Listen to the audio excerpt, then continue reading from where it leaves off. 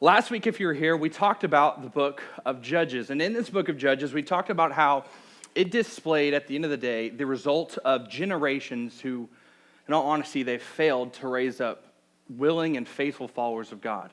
And so because of that, they ended up turning to their sin. They forgot about what God had done in their lives. They had forgot about how God had blessed them, how God had worked in them, how God had done all these miraculous things in their lives. And they eventually turned to their own sin. And what ended up happening is God would raise up these oppressors or these nations who would basically take them over. And in the process of that, they would go through this period where they would start to cry out to God. And we talked about how God would raise up a judge, or in this case, a military leader or a deliverer, to take them away from this oppression. And so last week we talked about that this was basically a time of chaos. And in the midst of that, we talked about 4 specific of these judges that God raised up. And we talked about some things that we can learn from for their lives. And so we talked about, number 1, Ehud. Ehud was a guy who used deception, who used a lie to basically get to what he felt like God desired him to do. And from his life, we learned this, that the ends does not justify the means. And instead, that we are to be people of character, with honesty and with integrity. And we talked about a guy by the name of Jephthah.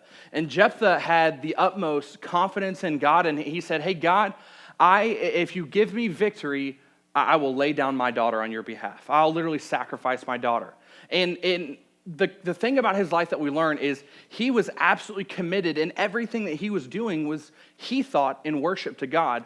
But this is nowhere condoned in Scripture. God didn't want him to sacrifice his daughter, but he had this misplaced commitment to God because of his faith in the other gods that he had seen. That's how they had worshipped. And so he was like, well, in order to worship this God, then I must do the same thing. And so what we learn from his life is even sin in the name of God is still sin. He had all the right intentions, but it was still something that God was not behind. God did not condone. And so we learned that sin in the name of God is still sin. And then we talked about Gideon. Gideon was someone who God called to do some extraordinary things. And when he was called, Gideon laid test after test before God and said, okay, God, if you really want me to do this, God, you're going to have to give me a neon sign. He says, you're going to have to make this fleece, this blanket, wet if you really want me to. And then he was like, okay, that was too easy, God. Let's try it again.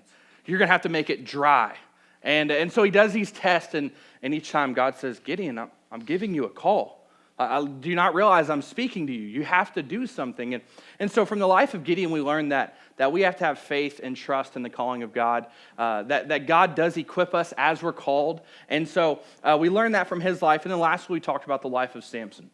Samson was someone of incredible strength that God gave him. And problem with Samson is soon his desires trumped God's desires for him. And so what we learned from his life is that we have to be cautious that we don't let our desires overtake and keep us from the desires that God has in us. God can do some incredible things, but if we let our own passions, our own lust, whatever that may look like, we will mess up God's plan for our lives in a hurry. And so that's what we learned from his life. And now, as we start the book of Ruth, this opening verse, it serves to basically set the scene.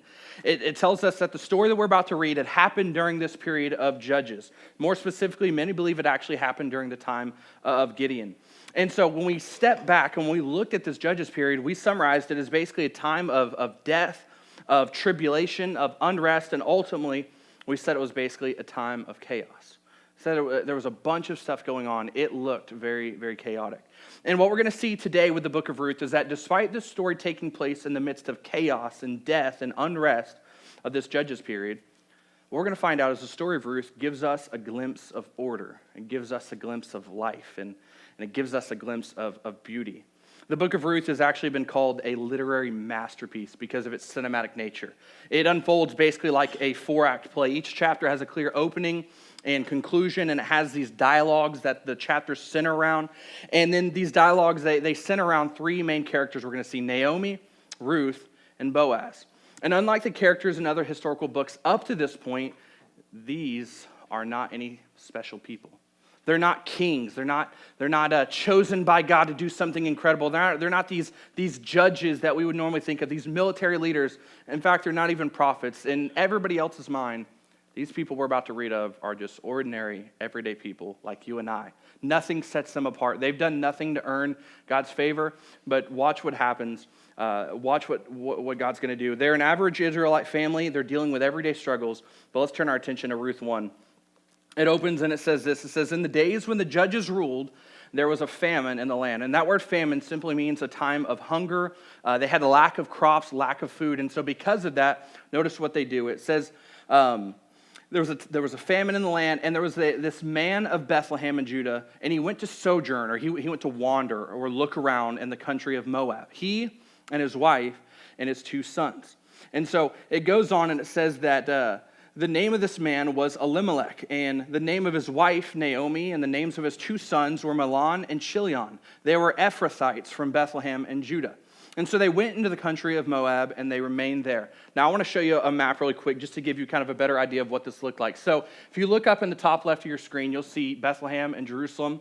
This is where they're from, is Bethlehem. And so because of the lack of food in this area, what they decided to do was they said, you know what, we got to relocate. We're not getting anything here. We got to make a move for our family because we're just not going to succeed if we don't. And so they made the journey all the way to Moab, and it was roughly about 50 miles. But then in verse 3, it says this.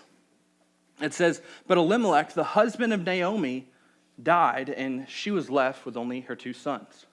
So this verse is describing this woman, Naomi, who's a key character in this book and in this story, as now being a widow. Her husband's died, and all that she had left was her 2 sons. But notice what happens in verses 4 and 5. It said that these sons, they took Moabite wives. The name of one was Orpah. How would you like to have the name Orpah? Not Oprah, Orpah. Not my choice of names, but I'm Boshman. I can't say much. I love my name, though. But I'll take Boshman over Orpah any day of the week. And it says the name of the other was Ruth. Now, we know Ruth's name. Obviously, it's the namesake of the book. And it says that these lived there about 10 years, and both Mahlon and Chilion died, so that the woman was left without her 2 sons and now without her husband.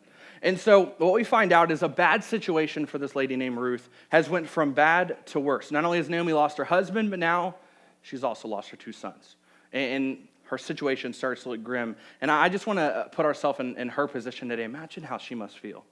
Imagine the pain. Imagine the confusion. In a matter of 10 years, not only has she lost her husband, but for those of you, I hope you've never experienced this, but for those of you in here who have experienced the loss of a child, that takes on a whole new meaning than the loss of anybody else, I think, in your life. And so this situation for her is awful. And most of us know heartbreak. Most of us probably know the struggle of losing a family member. But here, Naomi lost 3. And that may not seem like a huge deal. Maybe perhaps you've had a lot of loss in your life. But here's why this is such a big deal in this time. For a woman in ancient Israel, these were basically the most extreme and desperate circumstances that a woman could find herself in. In this culture, the male provided and protected for the wife. And so without the help of her husband and now without the 2 sons, basically Naomi was destined to be left with nothing.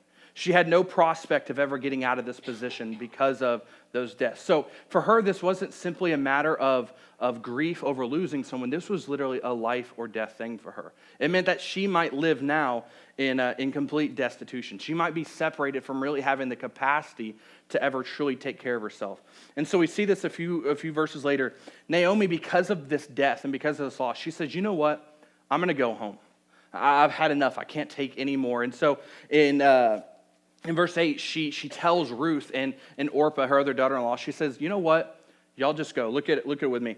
In verse 11, it begins, and she says this. She says, turn back, my daughters. Why are you going to go with me? Have I yet sons in my womb that they may become your husbands? She says, turn back, my daughters, and go your way. And notice what she says. This shows you just the nature of what she's trying to get across. She says, I'm too old to have a husband. In other words, there's no longer any hope for me.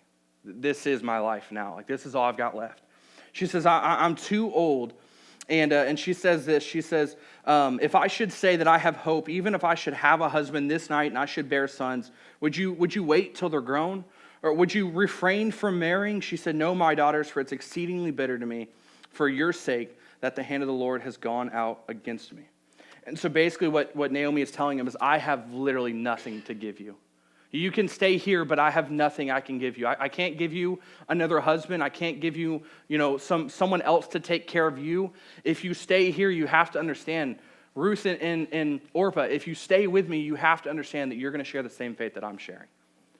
Again, we're talking life or death stuff here. We're not just talking some small. These are huge, huge life decisions. She says, you are going to share the same faith. You're going to be destitute just like me if you stay. And in response to hearing this, these stepdaughters, they say, no, we're not going to go anywhere. We can't go anywhere. But immediately following this, Naomi once again responds in verse 14 to them. And she says this, she says, look, you have to go. You can't stay with me. In verse 14, in response, they lifted up their voices and they wept again. And they're just wailing, they're crying. This is such a sad scene. If you were to think of those all-time movie crying moments, you're at an absolute climax of one right here. It's like all you've seen thus far is heartbreak and heartbreak and heartbreak. And all of a sudden, this moment where the daughters-in-law and the mother-in-law, they're going to have to split and go their own ways. And what that means is now mother-in-law is, again, destined to be destitute for the rest of her life. And it's such a sad movie moment. But notice what happens. It says, they lifted up their voices and they wept again. And Orpah kissed her mother-in-law, but Ruth clung to her. What a contrast we see. We see that Orpah kissed Naomi, but Ruth did something entirely different. It says Ruth literally clung to her. Ruth wouldn't let go. In fact, we go on and we find out that Ruth says, I'm never going to leave your side. But this doesn't mean that Orpah was in the wrong, because Ruth said, hey, you need to go. I can't do anything for you. But we see something incredible. We see this loyalty and this love, because Naomi had said to go, and Ruth said, there's no way I'm going. And in fact, Naomi says this to Ruth in verse 15. She said, see, your sister-in-law, Orpah, she's gone back to her people and to her gods, and so return after your sister-in-law. But Ruth said, do not urge me to leave or return from following you, because where you go, I'll go. And where you lodge or where you stay, I'm going to stay. Your people shall be my people, and your God, my God. Where you die, I will die, and there I will be buried. And so may the Lord do so to me, and more also, if anything but death parts from me. Basically, she's saying, look, may God just kill me if anything else separates me from you. She says, I will never leave you. And so when Naomi saw that she was determined to go with her, Naomi simply rested her case. She said no more. And so from Ruth, we see an incredible amount of loyalty that I believe was spurred on by the fact of her deep love for her. She loved Naomi with such a passion, with such a fervor, that she said, I literally will never leave you. No matter where you go, no matter where you stay, even when you die, know this, I will be buried right beside you. At the moment you die, I die too, because you are that much to me. I love you that much. And so we see that. And Ruth returns to Naomi, and she simply says, okay, I give up. I'm not going to say anything more. And chapter 2 opens, and it says this. It says, now Naomi had a relative of her husband's, a worthy man of the clan of Elimelech, whose name was Boaz. If you remember Elimelech, that was Naomi's husband. And so it says that this guy was a worthy man of the clan of Elimelech. And worthy here simply means to be a hero or a man of valor. And we're going to find out that this is a very fitting, appropriate description of this guy. But it said that his name was Boaz. And so it goes on, and it says, and Ruth the Moabite said to Naomi, let me go to the field and glean, or basically farm, and pick up among the ears of grain after him, in whose sight I shall find favor. And she said to her, go, my daughter. And so she set out, and she went, and she gleaned in the field after the reapers, and she happened to come. Notice that. You may underline this. If you're a person who likes to underline your Bible, underline that. She happened to come to the part of the field belonging to Boaz, who was of the clan of Elimelech. Now, what I love about this is Ruth not only vowed never to leave you. She said, I'll never leave you, Naomi. I'll stay with you. In fact, I'll die with you. But she even offered to go into the fields and pick grain and serve and work on her behalf. And she said, I'll go to the fields. I'll collect all the food that I can to make sure that we're taken care of. What love, what loyalty, what passion that we see. And in this time, farmers, what they would do is they would leave crops behind in certain parts of their farms, basically just so those who were needy could come along and kind of scrape up the scraps. And so she said, okay, I know someone's going to leave out, and as they do, I will go to them and I'll make sure that we get some food so that we're taken care of. I'll make sure that you're not destitute, Naomi. I'll make sure that I take care of you. And so Ruth shows this utmost love, loyalty, humility, because she was willing to go basically grovel for scraps. And in addition to that, we see the utmost service by her simply offering to come and gather this leftover grain. And it's in this seemingly, keyword seemingly, random field. And so Boaz, he's set as this honorable man of character, and we see this in verse 8. In verse 8, he tells Ruth not to go to any other field. And he's taken notice of her, exactly what Ruth was hoping, that she would find favor in the sight of whoever's field this was.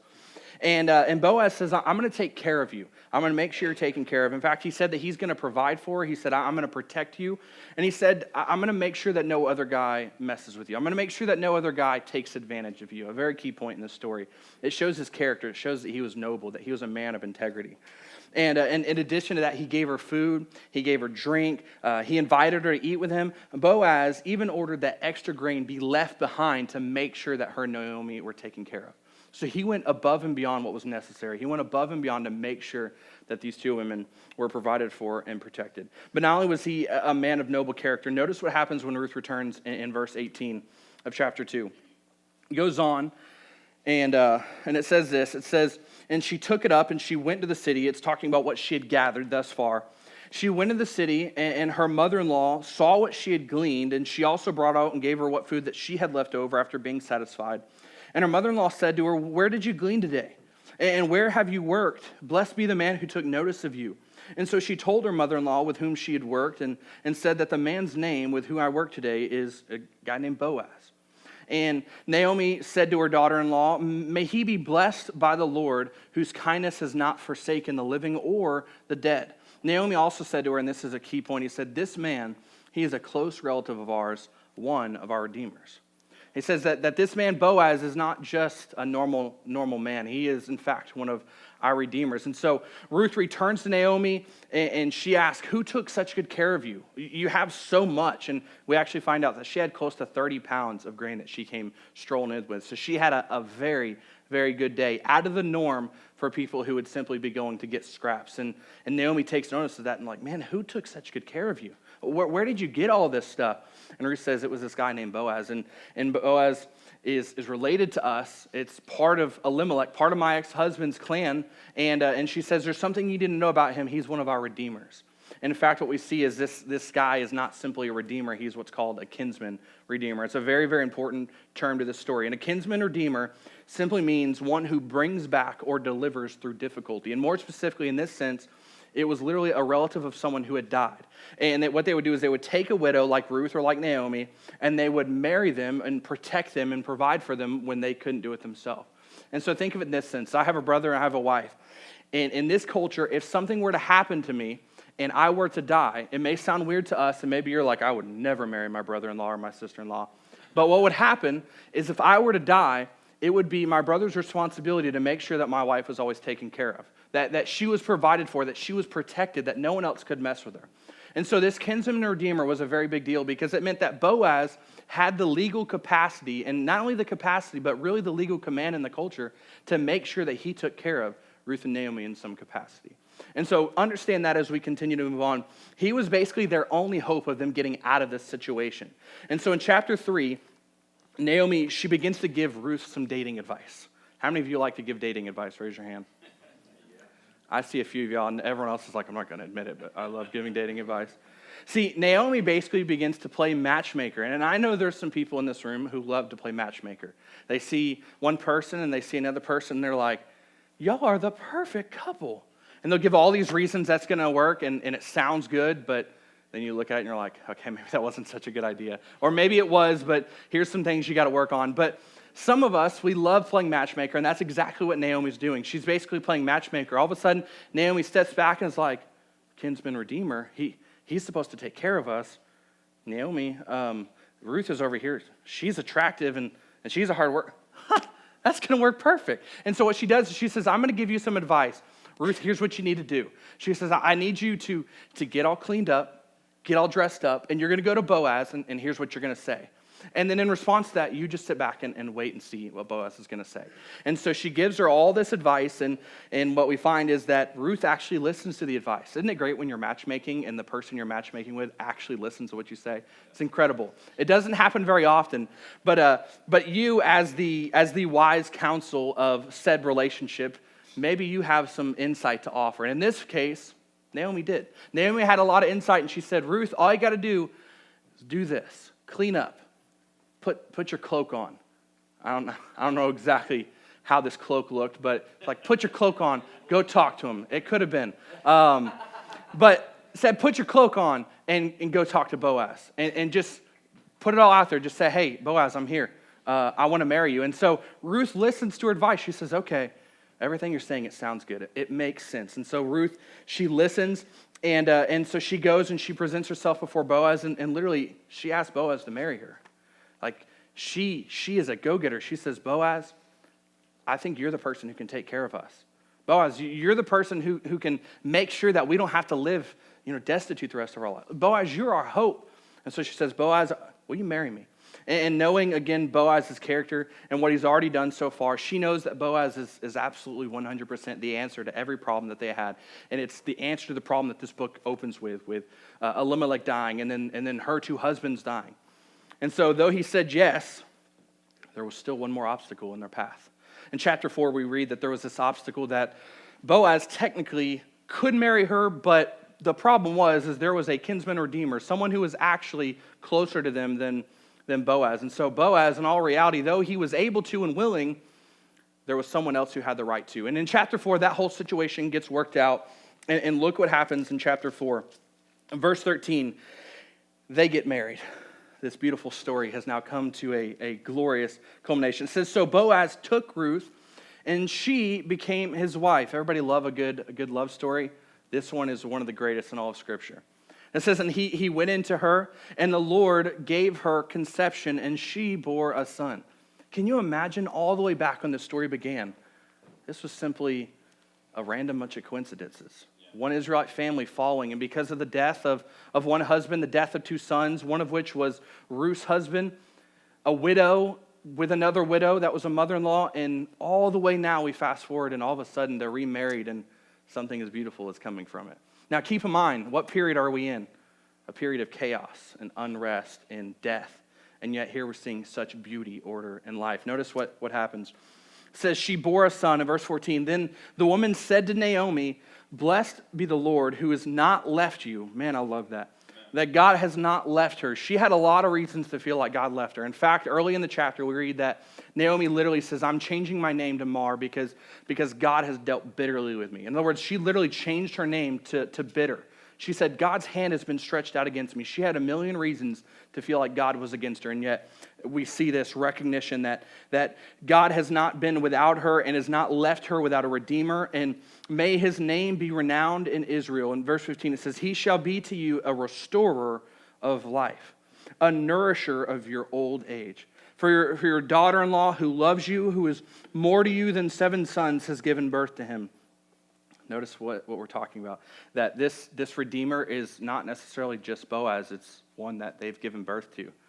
Keep that in mind. It says, verse 16, then Naomi took the child and laid him on her lap and became his nurse, and the woman of the neighborhood gave him a name, saying, a son has been born to Naomi, and they named him Obed. And I just want to stop right there.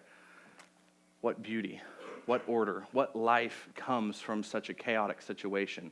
A situation that everything was seemingly hopeless, and yet from this, there is a spawn of Obed. And so I just want to back up for a second before we finish this chapter and move on a little bit. To understand the incredible nature of what just happened here, sometimes we have to back up and take it in its proper context. So as we mentioned in the beginning, this story takes place in the midst of all this chaos, in the midst of Judges. There was death and unrest, and yet this book of Ruth literally stops all that and kind of interrupts it. And it gives us the story of life and beauty. And beyond these themes, we see a profound point of importance. And I'm talking profound point of importance in the story of Ruth. Get this, from Judges through Ruth, we see that God has complete control in the midst of all this chaos. Don't miss this morning. I love what God has done in this book. From Judges through Ruth, there are 3 ways that we see God's control in the midst of chaos. The first one is this. It's God's control individually. And we see that in the lives of Ruth, Boaz, and Naomi. See, Ruth and Naomi, they were both presented this seemingly hopeless situation, this problem that they were basically destitute because they were widows. They had no one to protect or provide for them, and yet individually in their life, God's control allowed them to just so happen to wind up in the field of this man, Boaz. And Boaz just so happened to be the kinsman redeemer that would save them from all this situation. See, God had a plan in the individual lives of these three people. God was working something even when on the outside it looked like a situation of hopelessness. God was breeding a situation of hope.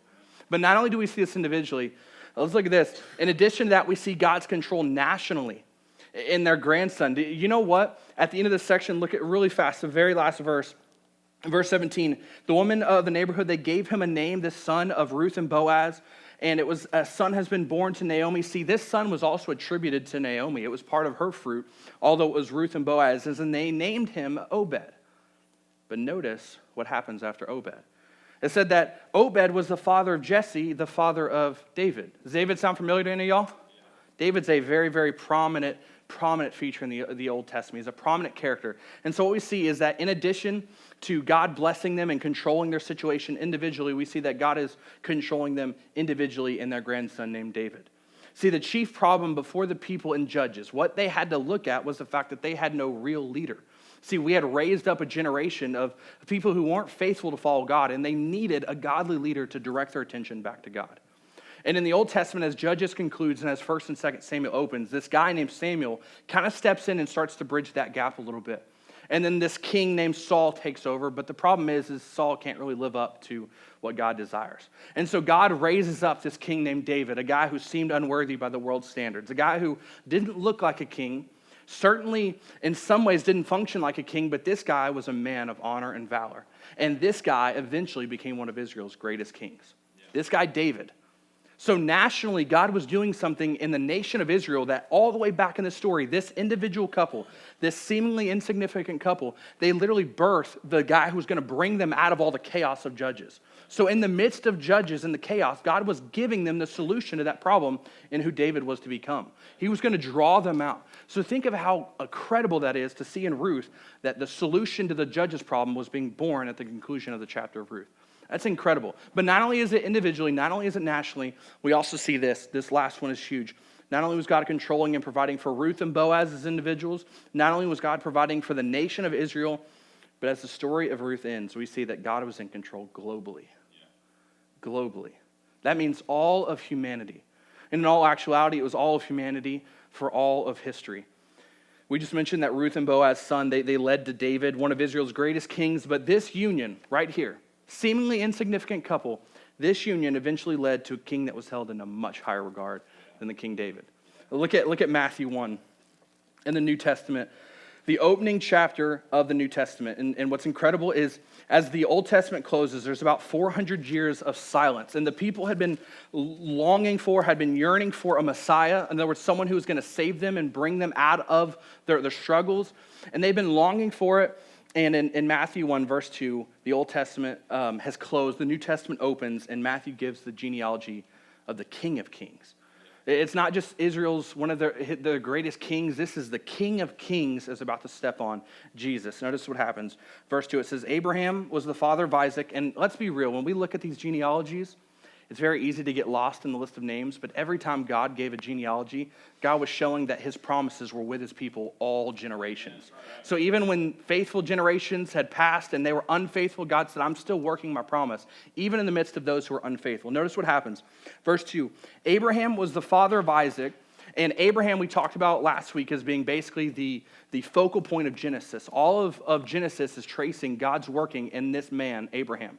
He had a son named Isaac, and we go on and we see that this guy Isaac had a son named Jacob, and Jacob was the father of Judah. So all the way up to that point, we're in the book of Genesis, like we talked about last week. And then Judah, the father of Perez, and Zerah by Tamar, and Perez, the father of Hezron, and Hezron, the father of Ram. Have I lost you yet in names? Good. It's going to get better. Keep going. And Ram, the father of Amminadab, and Amminadab, the father of Nahshon, and Nahshon, the father of Salmon. Notice this. And Salmon, the father of Boaz. Oh, I love this.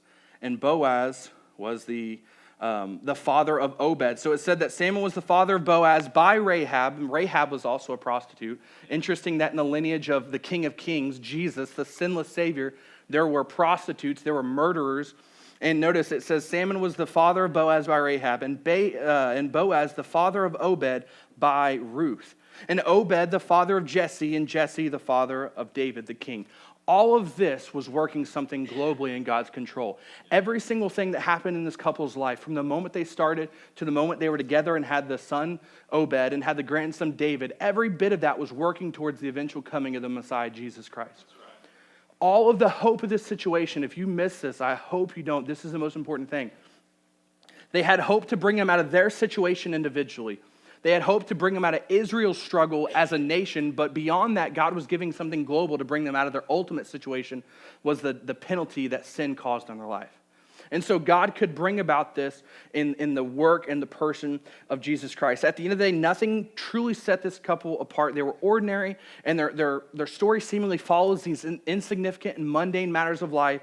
And yet, in the midst of all these things, God's working to bring all of humanity the Messiah, Jesus Christ. And therefore, in the midst of chaos, here's what we see in the story of Judges and Ruth, that God is in control. Individually in the lives of Ruth, Boaz, and Naomi, he's in control nationally, and he brings forth David from their lineage to rule Israel. But then ultimately, he's in control globally as he brought forth the Messiah, Jesus Christ. Now, one thing that we can learn, if we can learn anything, is this. From these past 2 weeks, is whether we're in the midst of chaos or whether we're simply doing the everyday events in our lives, in all those situations, God is at work. Even when we cannot see him. What's incredible about the story of Ruth is much like the story of Esther is we don't see God mentioned a ton. In fact, we barely see God's name mentioned at all. But that doesn't mean that God's not at work. Even when God seems silent in your life, even when you're in seasons of God seemingly not speaking or moving in clear, obvious things, God is working in the background. And so in Ruth, God's work is often disguised by these just so happens events. But here's what we learn, as was the case with Ruth. I hope you get this. Every random coincidence in our life, it displays the masterful work of God's complete control. Amen. Much like the story of Esther. In fact, coincidences in our life, they're merely the fingerprints of God's hand at work. Think about that for a second. Every time when we look at our life and we find coincidences, there's simply the fingerprints of God's hands at work. And I believe that if we take a step back from the chaos of our lives, if we take a step back and look at even the ordinary and mundane events of our lives, we can see the fingerprints of God's hands at work in you and my life. Practically for me, this is what that looks like. I can look back, even over the past 10 years of my life, and I can see a million different things that would go wrong or go differently to not lead me to be right here in front of you right now. I can think of a million things that would have shifted my life path. I could have dated someone different. I could have chosen a different path and not been faithful to God's calling in my life. I could have pursued to leave my college and go to be a part of an a cappella college because I wanted to be in an a cappella group. I could have done a million different things that would have led me to a different moment. But I can look back and see all those, what I thought would be coincidences, those were fingerprints of God's hand at work, guiding me and directing me through every single situation of my life. And so be encouraged this morning. This is what I hope you take away, that no matter what season of life you're in, whether you're in a season of chaos or maybe you're just simply going through the mundane matters of life every single day, understand this, that all things in your life are working for God's good, that God is in your situation, even if he seems silent, even if you can't see him, even that we are ordinary people, know this, that just like them, God is working to perform his good and his perfect will in your life.